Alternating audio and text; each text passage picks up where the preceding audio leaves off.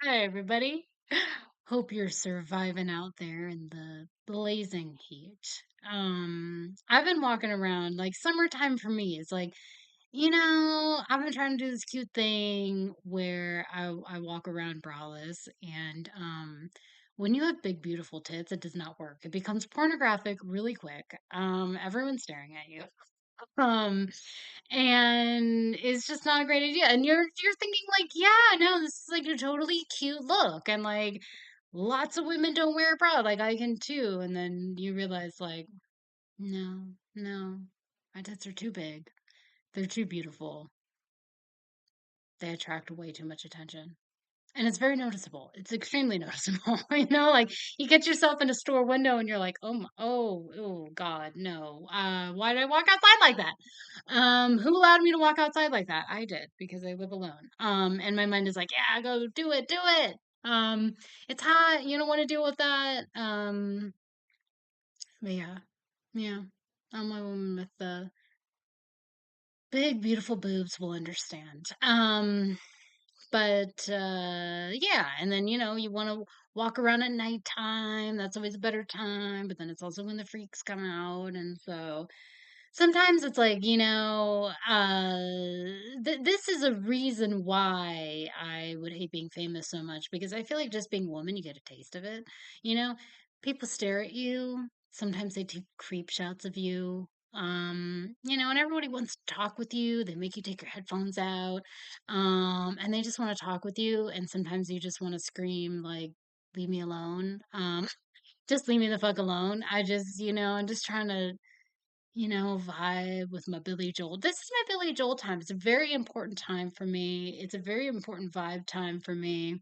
And I don't like it when it's interrupted. Um, but it is constantly, especially at night.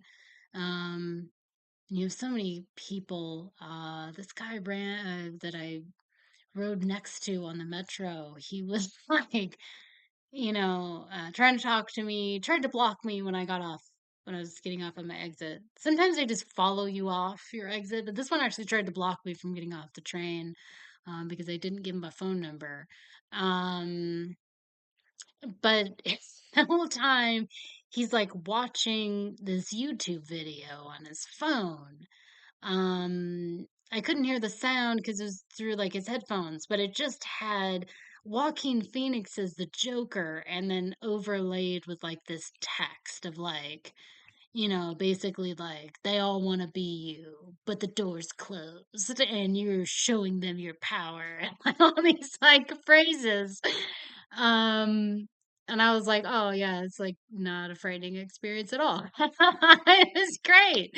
I was like I was totally into the video. I was like totally zoned into the video. I was like, yeah, dude, this guy just like watches this in public and like pumps himself. Like he was occasionally like, yeah, like really into it. But yeah, people like that want to talk to you. Everybody wants to talk to you. Everyone wants you to take your headphones out, and it's like, what would Billy Joel do? What would Billy Joel say? It's impossible to know. But he is a pug man. I know he loves his pugs, and that God love him. He's a part of it. We're a part of a big club, of the Pug Lovers Club, and I'm happy to have Billy Joel along for the ride. Um, but anyway, tits fame being a woman aside, I must say during the summertime, it especially conjures up how much of a disgusting freak show it is to be living inside of a biological body. And living in a mind can be an overstimulating freak show. Even when we shut our mind off, it strays into an even more bizarre realm that we call dreams. We're subjected constantly to public opinion, personal opinion, the horrors of what people are capable of, the content, the criticism, the standards, the promise of connection, delivering a further brain warping isolation, divisions and public tar, featherings, social executions. It's enough to turn a woman insane. Today we follow two modern Joan of Arcs on her death march to the stake, with Smile 2 that came out in 2024, with The Substance that also came out in 2024. No, I wasn't a big fan of the first Smile. In fact, I absolutely hated it. I felt like if you played a drinking game where you took a shot every time a character said the word trauma, you'd die of liver trauma within like 10 minutes. It probably wouldn't even take that long. I think we all walked away from that movie with the idea beaten into our heads that trauma is fucking transmissible. And as much as that may be true, it's like you made the idea insufferable. um, it's like a certain subset of filmmakers are arising that are like dorm room philosophers, like in between bong rips. They're like, dude, you know what? Like sometimes movies are about things, and like we should like make a movie about a thing and then like we should like tell the audience every like 5 seconds we're making it about this thing, so like and it's like a smart thing and then we'll be like smart people. And I just feel like it's like a generation of like elementary school gifted children who've like lost the idea that like making a movie is it's not just simply this like oral report. It's a narrative. Like it's a story that you have constructed from sure the experience you've accrued, but like don't forget like your audience has also accrued their own experience. Like we're all familiar with life. So don't tell us to care. Like make us care. And if we need a cliche, well, I'd say that's it. So I am very glad that Smile 2 stepped away from the incessant trauma based TikTok psychology and instead went bigger and poppier with Sky Riley. And it's kind of funny in this year how we got like two great pop star horrors, just as a little aside. But poor Sky is dragged like a modern Christ for all the world's sins, descending every torturous layer of hell with no reprieve. She's a symbol of our burnout, collective dread, and the addiction to validation. But there's a frantic fatigue taking over. Have you noticed? Our own mind servicing as our own biggest gaslighter. Like the meme of a dog sitting among the flames. A constant recital of, this is fine, in front of the mirror every day. Everything crumbling outside of our control. But the show must go on. The performances at our job and social settings and with the confines of our own household, mined from the frayed remnants of what is left of you. It's become a breeding ground for loneliness, depression, anxiety, paranoia, anger, until full collapse is imminent. Reaching out for the dopamine rush of validation from the ones who have made you a spectacle but reject your humanity. So much of who we are, how we get up every day, what connections we truly have, is an illusion so powerful in feeling, and yet so fragile in reality. No, Smile One trauma isn't merely a catalyst, it's just the natural state of things. But the expectations are still there to put on your happy face, make that husk shine, and embrace the illusion of kinship, or withdraw and embrace the cold, meaningless, lifeless void. Our mind may dream, but don't mistake it for an ally. It is a force of destruction within a world created by it. The substance is a little bit of a lighter one. I personally would never take the substance unless I could jump straight into being a monster for 7 days. Okay? 7 days me, 7 days a monster. I'm all the way. In fact, I actually would find it pretty hard to respect the balance in this situation. I think it would be insanely fun. Just imagine it. You're dragging yourself across Hollywood Boulevard, gasping, like a goddamn English bulldog on a summer day, staring at people through bushes, like peeping in windows and like dragging your mutant bloodied hand across the glass, going to a restaurant, forcing them to serve you even though you're vomiting up your left tit. Like it just sounds like a dream. I do fantasize about being a monster like pretty much daily, very heavily. I do. And it's like like not something that I really share with anyone. So I will share it here. So it's like sometimes I'm like sitting at my desk, I'm looking off into the distance. I'm thinking about being a monster.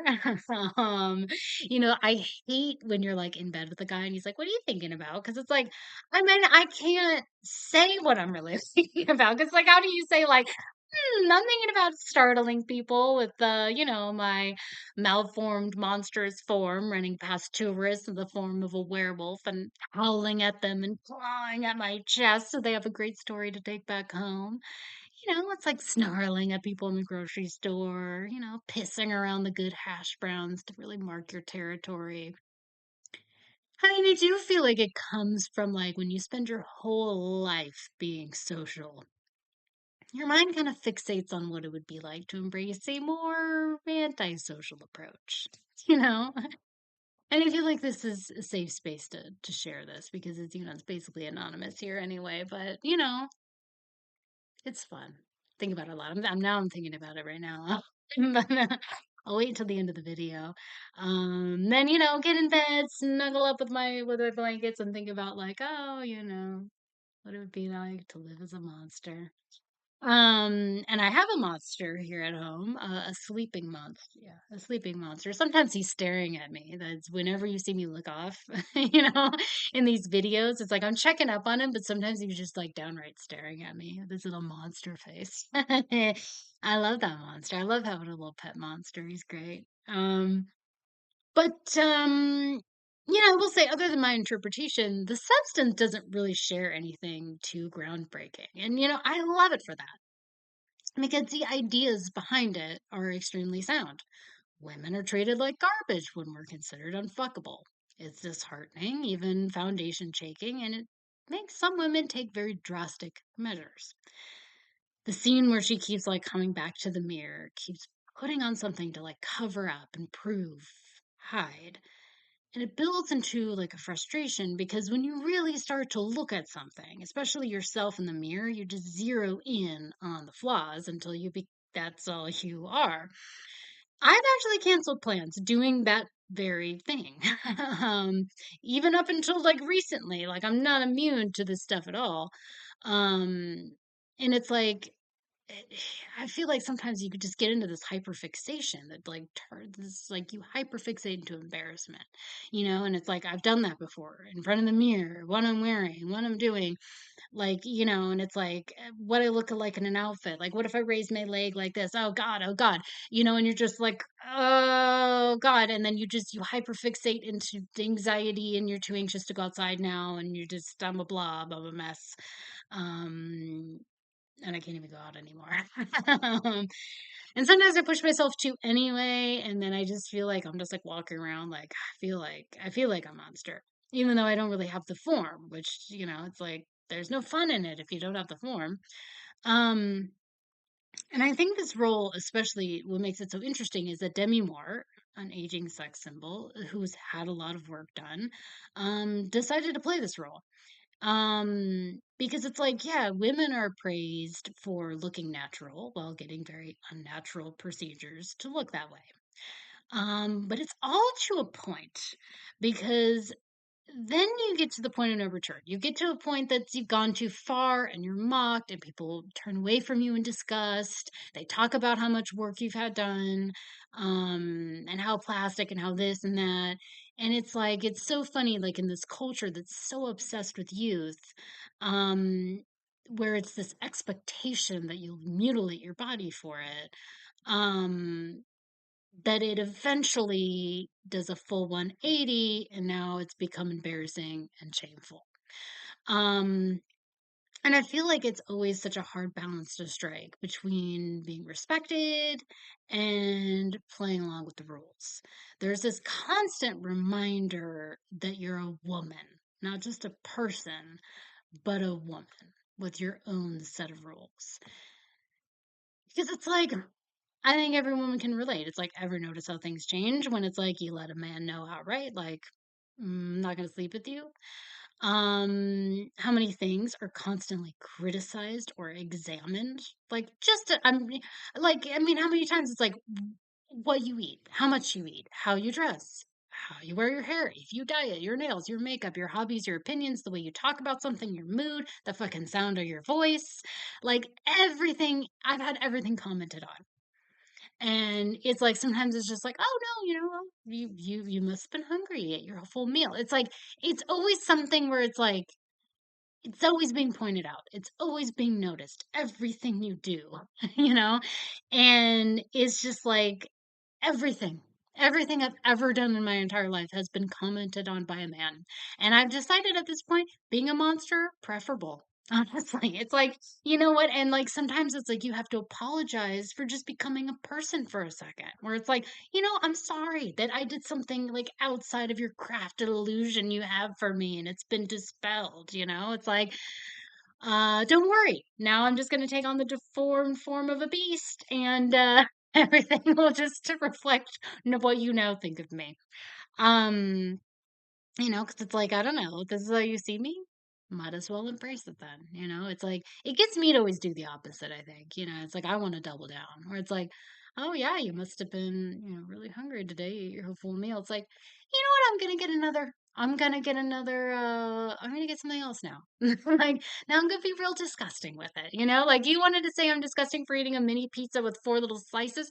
You know what? Okay. I'm getting another pizza now. And I'm getting a fucking large and I don't care. I'm going to eat it till I throw up now, right at this table. So thank you.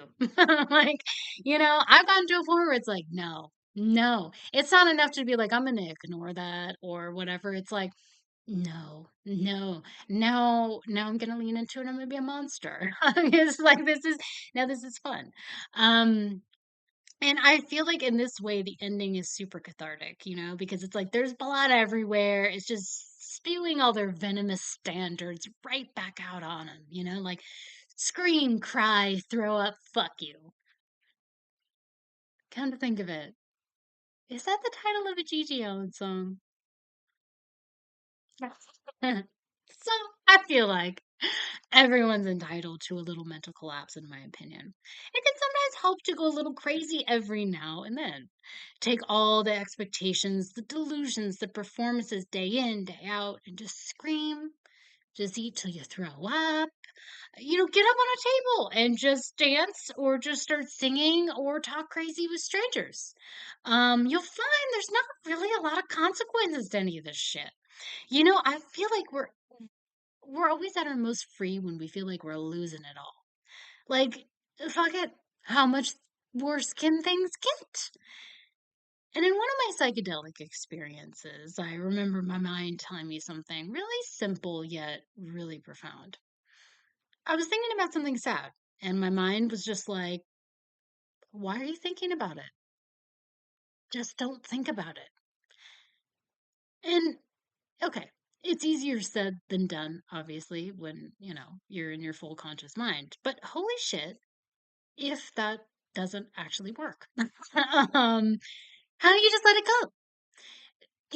Become the freedom that the monster allows and just start peeping in windows and smiling when you get caught. I have done this. People actually really don't mind. I mean, they're the ones leaving their windows open and they don't even have curtains or anything on it. You're going to have to expect that people are going to peep. They're going to want to look in your window. It's just, and I do it. And when they catch you, I'm just like, hey, and they wave right back. No one even gets mad. So it's like, I could just do that whenever. And you can stare. You can eat whatever you want. You can wear whatever you want. You know what? Because the thing is, it's like, even though what I was talking about earlier, like when I go out braless, I'm like, holy shit, it's like, I still do it anyway, though. I'm like, it's like, okay, whatever. Is he gonna come arrest? I mean, like, maybe for like, okay, this is like real disorderly conduct, ma'am. I mean, what are you filming a porno? Are you filming a porno? No. Okay. Then it's a ticket. Then it's a ticket. If I was, probably a ticket too. I don't really know how that works. It's like they probably would be like, "Do you have a permit?" I don't even know.